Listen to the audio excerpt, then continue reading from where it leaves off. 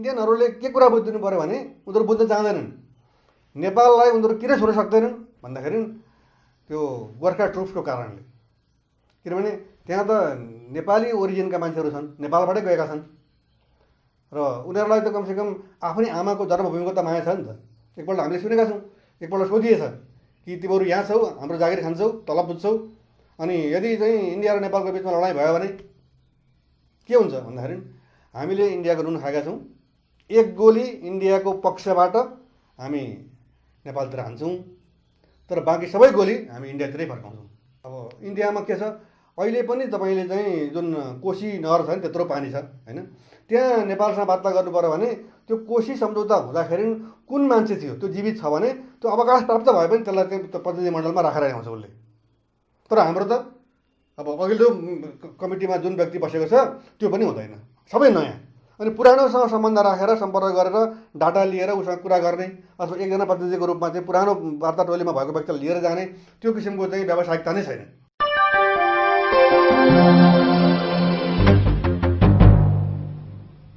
Get Nepal राष्ट्रवादी मोर्चाका अध्यक्ष फणिद नेपाल सरलाई हाम्रो साप्ताहिक स्तम्भ सरोकारमा स्वागत छ।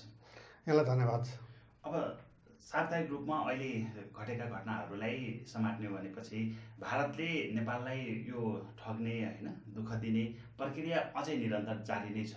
अब जस्तो कि तपाईँको यो ठोडी प्रकरणको सीमा स्तम्भको कुरा होस्, अलि अगाडि घटेको यो हुलाकी राजमार्गमा होइन, अब दार्चुलाको सडकमा जताततै यो दुःख दिने काम चाहिँ गरिरहेको छ होइन, यो विषयमा चाहिँ कस्तो छ तपाईँको?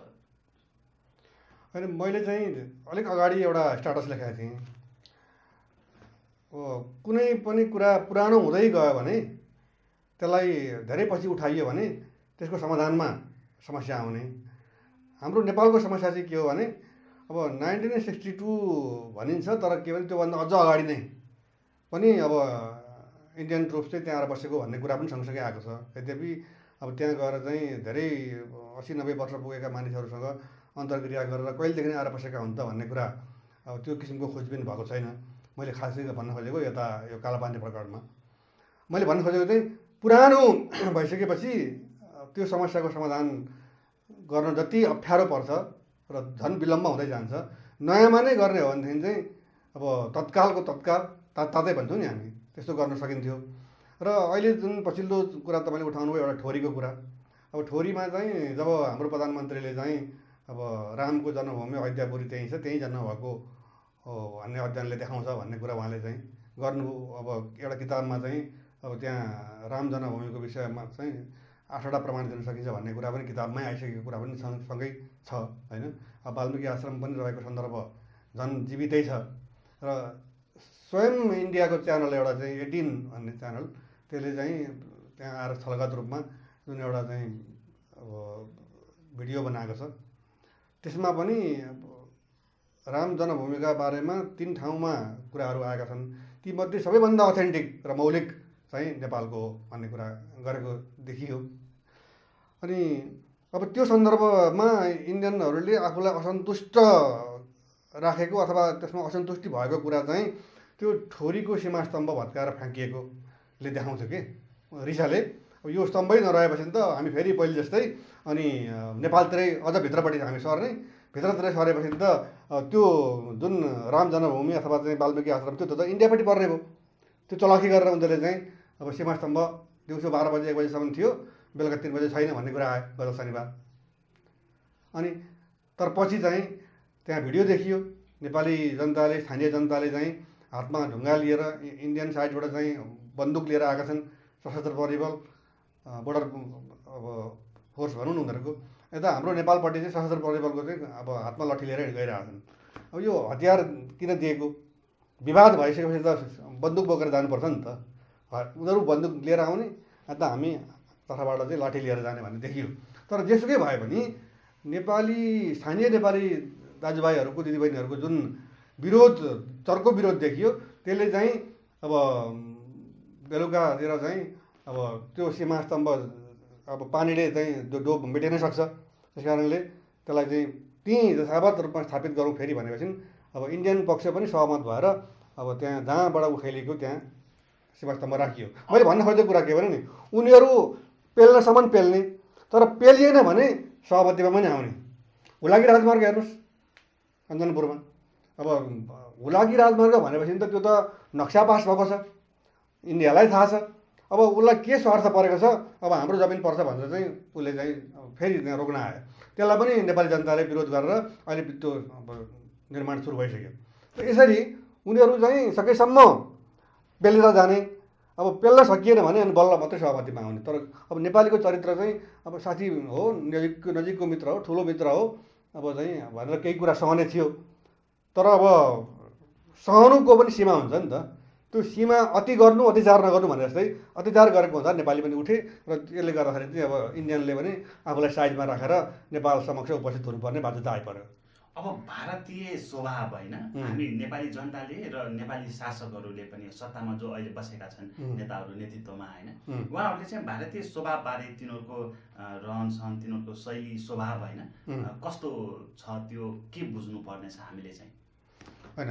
एउटा त हाम्रो सबैभन्दा ठुलो कमजोरी, हामीले चाहिँ भारतसँग द्विपक्षीय सम्बन्ध राख्ने, कुटनैतिक सम्बन्ध र वार्ताहरू गर्ने, अथवा चाहिँ विभिन्न हुन्छ नि त। अब जलस्रोतसँग सम्बन्धित मुद्दा हुन्छन्, कुनै व्यापारसँग सम्बन्धित हुन्छ होइन, अब कुनै चाहिँ बिजुली जल निर्यात गर्ने अथवा चाहिँ लगानी गर्ने विषयमा कुराकानीहरू हुन्छन् होइन। ती कुराहरू चाहिँ द्विपक्षीय कुरा हुन्।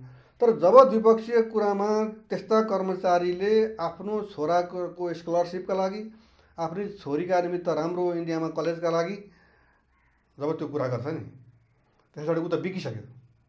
हाम्रो समस्या भनेकै वार्ताभन्दा पहिले नै बिक्नु हो। जस्तो सीमाकै कुरा गर्नुहुन्छ भने पनि अब म यही ठाउँमा जहाँ अहिले चाहिँ बालोटारमा म तपाईँसँग कुरा गरिरहेको छु, यहीँ एकजना चाहिँ अवकाश प्राप्त सुरक्षा निकायका एकजना व्यक्तिले भन्नुभयो कि म जहाँ थिएँ त्यहाँ चाहिँ नेपालीहरू चाहिँ सीमाङ्कन गर्न गए, सर्वे गर्न, तर इन्डियन साइडको लागि चाहिँ गर्मी छ, तपाईँहरू चाहिँ चिसो खाएर बस्नुहोस् होटलमा, हामी सबै सक्छौँ, अनि बेलुका सबै गरेर भइहाल्छ नि भन्दाखेरि लुरुक्क मानेर होटलमा आएको। अनि खेर बेलुका उनीहरूले सबै कुरा गरेर अनि सही गर्दाखेरि चाहिँ नेपालको कति जमिन चाहिँ इन्डियापट्टि पऱ्यो भन्ने कुराको त म साक्षी हुँ भनेर उहाँले भन्नुभएको छ कि। र एउटा घटना झापामा पनि भयो। झापामा चाहिँ जब नेपाल र इन्डियाको चाहिँ सर्वे सुरु भयो अनि त्यहाँको पनि इन्डियनहरूले के भन्यो भने तपाईँहरू दार्जिलिङ घुमेर आउनुहोस् न, हामी गाडी दिन्छौँ, रमाइलो गर्नुहोस्, अनि अब बल्ल आउनुभएको छ, पटक पटक आउनु सकिँदैन, अनि हामी बेलुका सबै तयार गर्छौँ, अनि चाहिँ साइन गर्नु होला भनेको। त्यो घटना झन् पत्रिकामा चाहिँ सविस्तार त्यो समाचार आएको छ होइन। अनि इन्डियनहरूको चाहिँ के भने सकेसम्म हेकुलालाई बिच्न खोज्ने त्यो मनोविज्ञान त इन्डियाले के अरे नेपालले बुझ्नु पऱ्यो नि। तर त्यो मनोविज्ञान बुझ्नुभन्दा पहिले नै ऊ आफू चाहिँ बिकिसकेको हुन्छ। अब इन्डियामा के छ, अहिले पनि तपाईँले चाहिँ जुन कोशी नहर छ नि त्यत्रो पानी छ होइन, त्यहाँ नेपालसँग वार्ता गर्नु पऱ्यो भने त्यो कोशी सम्झौता हुँदाखेरि कुन मान्छे थियो त्यो जीवित छ भने त्यो अवकाश प्राप्त भए पनि त्यसलाई चाहिँ प्रतिनिधिमण्डलमा राखेर ल्याउँछ उसले। तर हाम्रो त अब अघिल्लो कमिटीमा जुन व्यक्ति बसेको छ त्यो पनि हुँदैन, सबै नयाँ।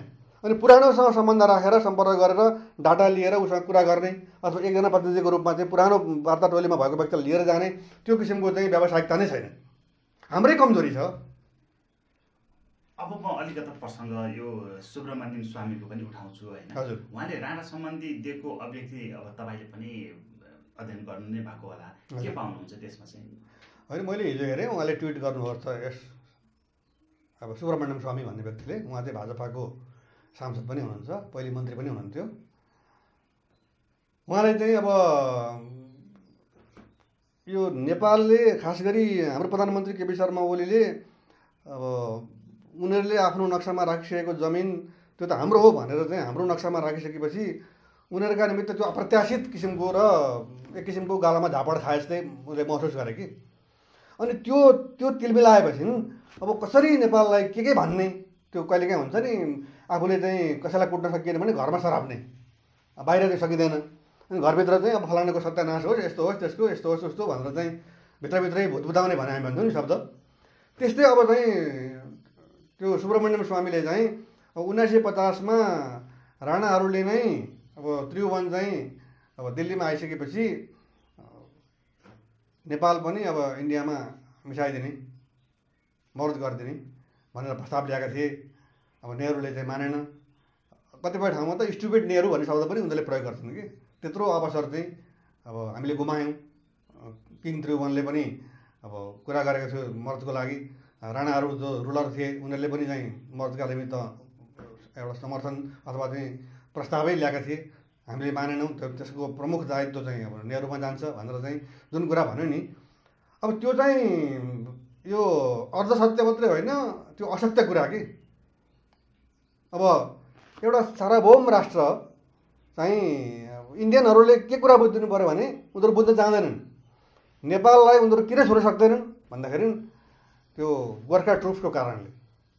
किनभने त्यहाँ त नेपाली ओरिजिनका मान्छेहरू छन्, नेपालबाटै गएका छन् र उनीहरूलाई त कमसेकम आफ्नै आमाको जन्मभूमिको त माया छ नि त। एकपल्ट हामीले सुनेका छौँ, एकपल्ट सोधिएछ कि तिमीहरू यहाँ छौ, हाम्रो जागिर खान्छौ, तलब बुझ्छौ, अनि यदि चाहिँ इन्डिया र नेपालको बिचमा लडाइँ भयो भने के हुन्छ भन्दाखेरि हामीले इन्डियाको नुन खाएका छौँ, एक गोली इन्डियाको पक्षबाट हामी नेपालतिर हान्छौँ, तर बाँकी सबै गोली हामी इन्डियातिरै फर्काउँछौँ। त्यो त उनीहरूलाई थाहा छ होइन। अब एकपटक चाहिँ पश्चिम बङ्गालमा एउटा कुरा उठ्यो कि, त्यो मैले पढेको। त्यहाँ के कुरा उठ्यो भने अब गोर्खा सेना किन राख्ने,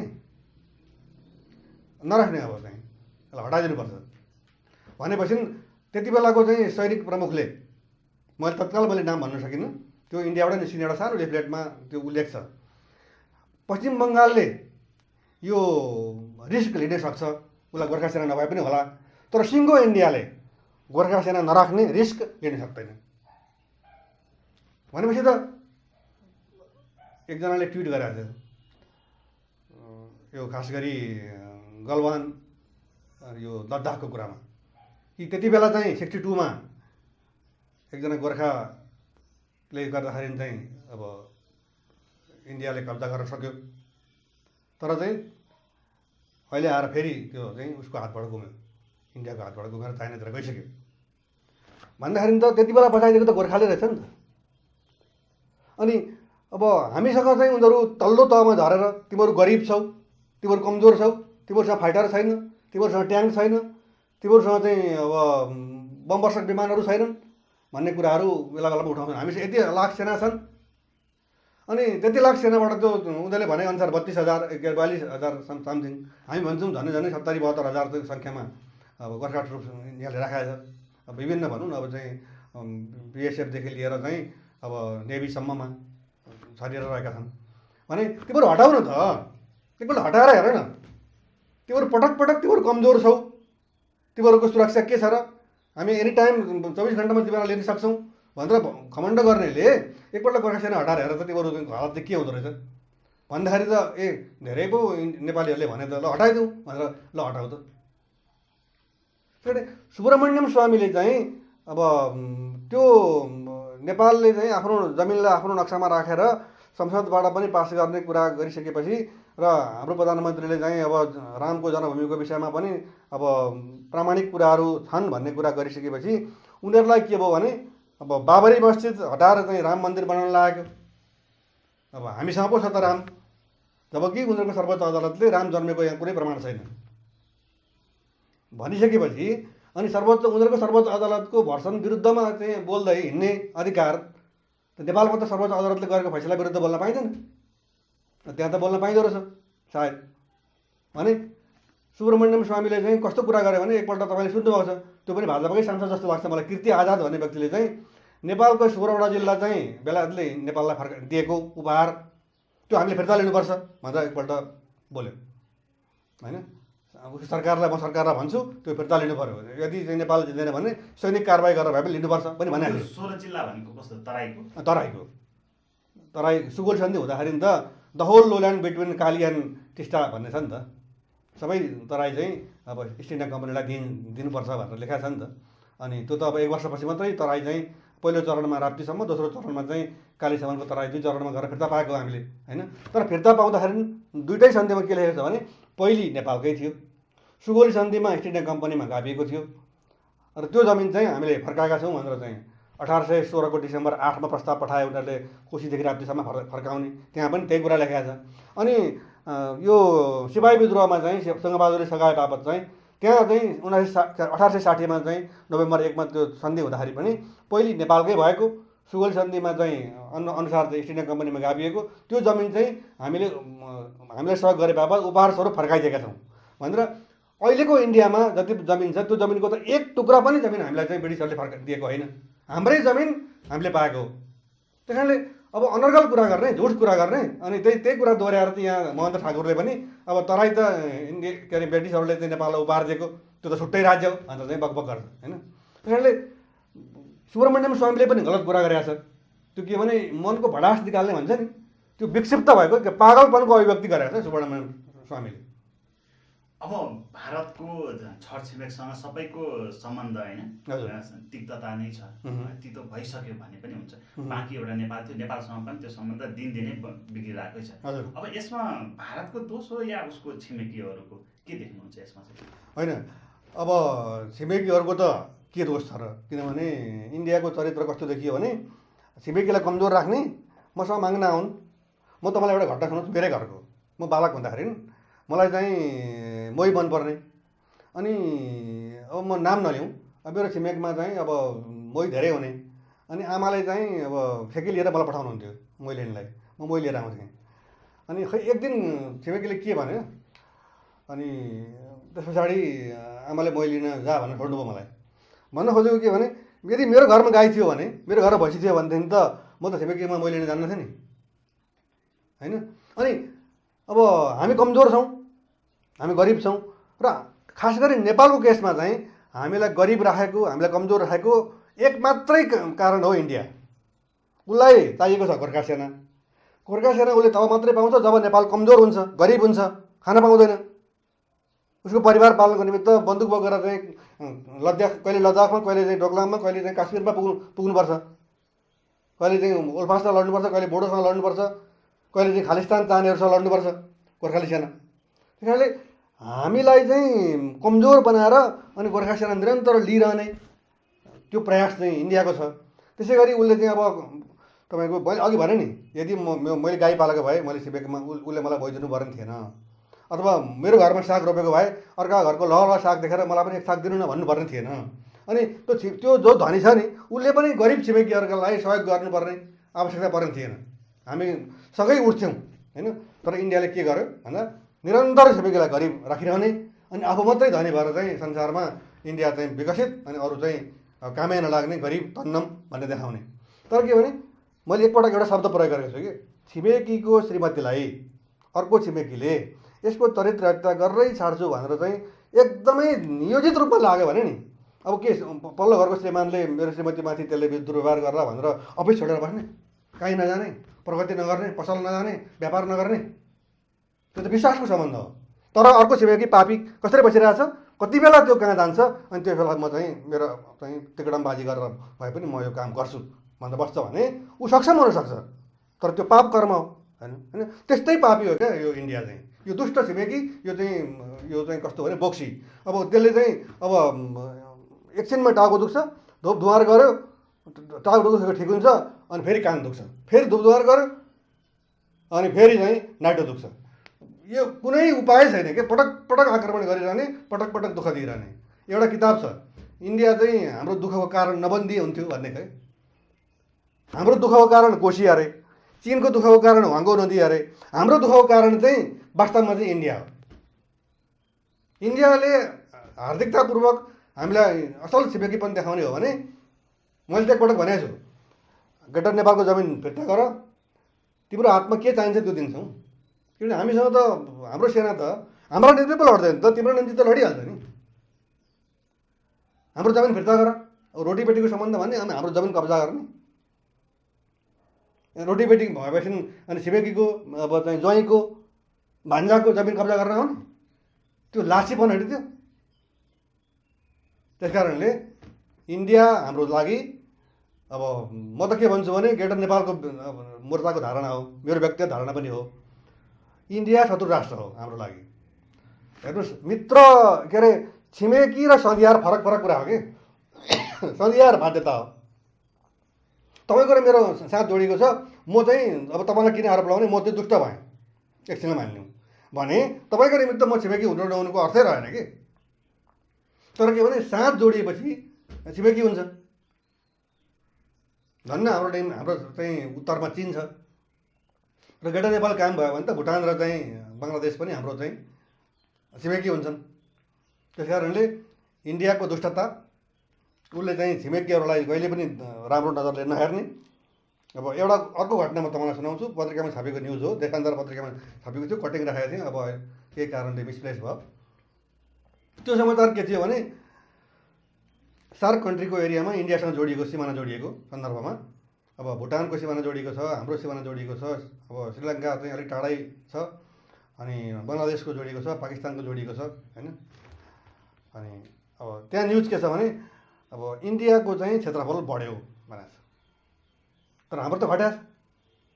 बुद्धिनारायण श्रेष्ठले 600 स्क्वायर किलोमिटर छैन भन्नुहुन्छ, ग्रेटर नेपाल 1300 स्क्वायर किलोमिटर छैन भन्छौँ हामी। अब चेतनजङ हिमाली जो दिवंगत हुनुभयो उहाँले त 10,000 स्क्वायर किलोमिटर छैन भन्नुभएको थियो। अब 400 स्क्वायर किलोमिटर त नक्सामा राखे पनि हाम्रो अहिले पनि छैन, त्यो के अरे कालापानीदेखि लिम्बाधुरा के अरे लिप्लेदेखि लिम्बाधुरासम्मको एरिया होइन। अनि हाम्रो चाहिँ घट्ने उसको बढ्ने भनेपछि अब इन्डिया त बरु उसको घट्नुपर्ने, किन भन्नु न, ऊ त समुद्री सतहमा पनि उसको जोडिएको छ नि त। समुद्रमा पानीको सतह 1 इन्च बढ्यो भने त्यत्रो एरियामा 1 इन्च घट्दाखेरि कति घट्छ भन्नु त। 1 इन्च बढ्दाखेरि भित्रसम्म पानी आउँछ नि त। 1 फिट बराबर मिच्यो भने त त्यत्रो एरियामा 1 फिट घट्दाखेरि त धेरै जमिन घट्छ। उसको घटेको छैन, उसको बढाएको छ। कसरी बढाएको छ भन्दा हाम्रो मिचेको छ, पाकिस्तानको मिचेको छ, भुटानको मिचेको छ, बङ्गलादेशको मिचेको छ, अनि आफ्नो क्षेत्रफल बढाएको छ। हस्, आफ्नो महत्त्वपूर्ण समय र विचार राख्यौँ त्यसको लागि पनि नेपाल सरलाई धेरै धेरै धन्यवाद। होइन अब यो सान्दर्भिक विषयमा कुरा गर्न पाइयो, यसका निमित्त ध्रुवजीपति व्यक्तिगत रूपमा आभारी छु र अब दफे टेलिभिजन परिवारप्रति म आभार प्रकट गर्छु। धन्यवाद।